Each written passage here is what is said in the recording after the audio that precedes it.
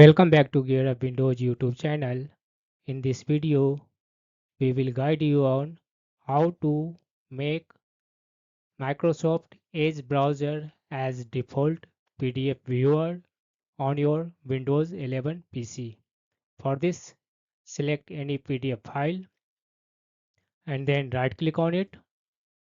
In the drop down menu, choose Open with option. Then choose another app.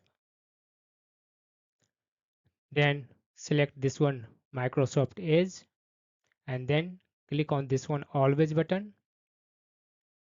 This will set Edge as a default PDF viewer on your Windows 11 PC. That means whenever you will double click on any PDF file, it will automatically open with Edge browser.